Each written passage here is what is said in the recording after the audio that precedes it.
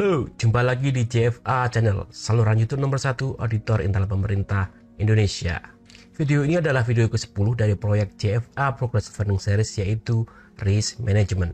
Pada video kali ini kita akan membahas mengenai proses manajemen risiko. Proses artinya melibatkan langkah-langkah atau tahapan.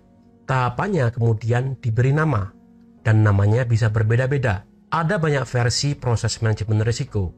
Nah, dalam video ini kita berbicara tentang manajemen risiko yang mengacu pada standar ISO 31000. Tahap pertama prosesnya adalah menetapkan konteks. Sementara versi lainnya ada yang menyebutnya perencanaan manajemen risiko atau persiapan penilaian risiko.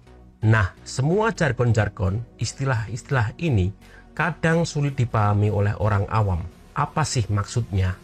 Oleh sebab itu, dalam video ini saya ingin menggunakan bahasa yang lebih sederhana untuk menjelaskan mengenai apa sih yang akan kita lakukan di sini. Jadi, saya lebih suka mendefinisikan proses manajemen risiko ke dalam kalimat-kalimat pertanyaan, yaitu pertanyaan-pertanyaan yang biasa diajukan oleh siapapun yang ingin mengerjakan sesuatu hal yang penting bagi dirinya. Nah, masing-masing pertanyaan ini merupakan bagian atau mewakili setiap tahapan proses manajemen risiko. Dan bila seluruh rangkaian pertanyaannya digabungkan menjadi satu, maka akan membentuk kerangka kerja dari proses manajemen risiko. Nah, karena pertanyaannya sederhana dan naluriah begitu, maka baik Anda atau saya atau siapa saja dapat mengajukan pertanyaan-pertanyaan ini, sehingga akan lebih mudah bagi kita untuk mengingat tahapan prosesnya dengan mengingat urutan pertanyaannya. Nah, pertanyaan pertama adalah, apa yang ingin saya kerjakan?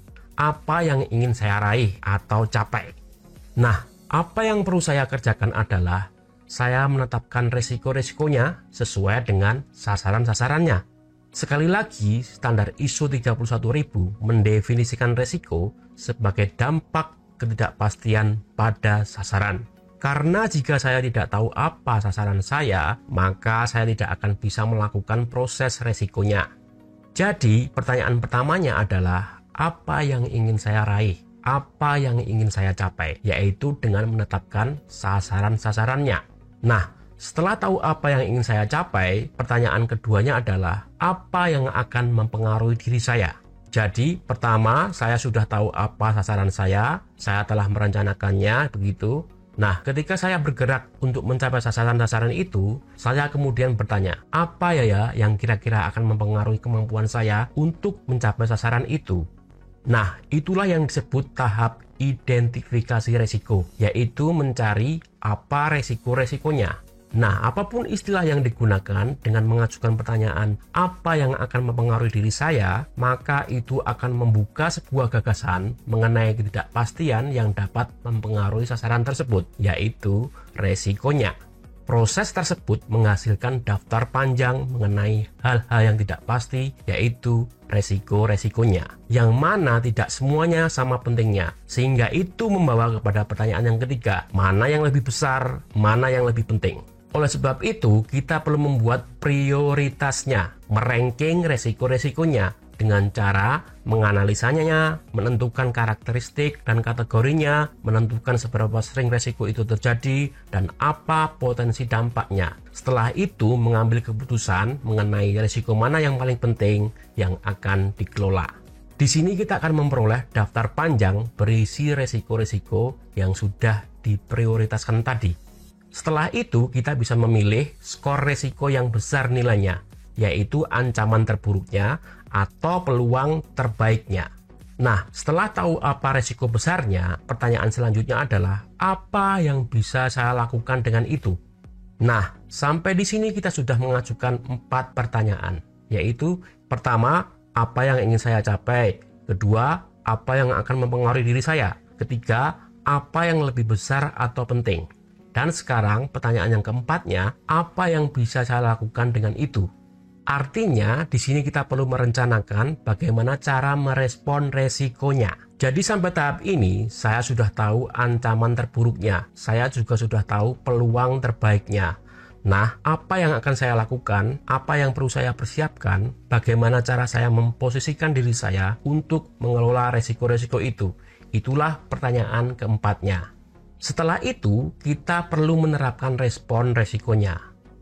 Nah, pertanyaan selanjutnya setelah Anda menerapkan respon resikonya, sesuatu yang naluriah untuk ditanyakan, yaitu apakah berhasil dikerjakan. Sehingga kita masuk ke tahapan yaitu proses mereview resikonya. Kita melihat seperti apa respon-responnya. Kita cek apakah semuanya efektif. Kita mencari tahu apakah paparan resikonya telah berubah. Apakah ancamannya semakin mengecil dan peluangnya semakin besar. Hal baru apa yang muncul? Jadi tahap mereview resiko adalah menjawab pertanyaan, apa yang berubah? Jadi saya memegang daftar panjang dari prioritas resikonya. Di situ saya mengetahui resiko mana yang paling penting. Kemudian saya merencanakan responnya, lalu menerapkannya. Setelah itu, mengamati apa yang terjadi. Nah, apa yang terjadi, apa yang saya amati itu perlu saya komunikasikan ke orang lain. Inilah tahap pelaporan resiko, yaitu menjawab pertanyaan siapa yang perlu saya beritahu. Dan akhirnya bertanya, apakah ada yang baru, apakah ada yang berubah? Jadi sampai di sini saya sudah melalui seluruh prosesnya.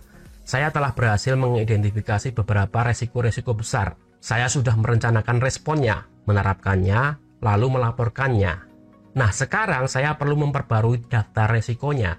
Apakah ada resiko baru yang muncul? Resiko apa yang sudah lewat? Apakah saya perlu mengubah responnya? Jadi kita memiliki serangkaian pertanyaan. Dan pertanyaan ini sangat naluriah. Semua orang biasa mengajukannya.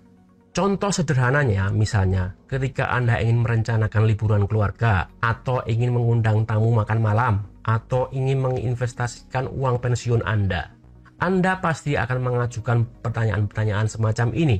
Apa yang ingin saya capai atau raih? Apa yang akan mengaruhi diri saya? Mana yang lebih besar atau penting? Apa yang bisa saya lakukan? Apakah terbukti berhasil? Siapa yang perlu diberitahu? Dan apa yang berubah?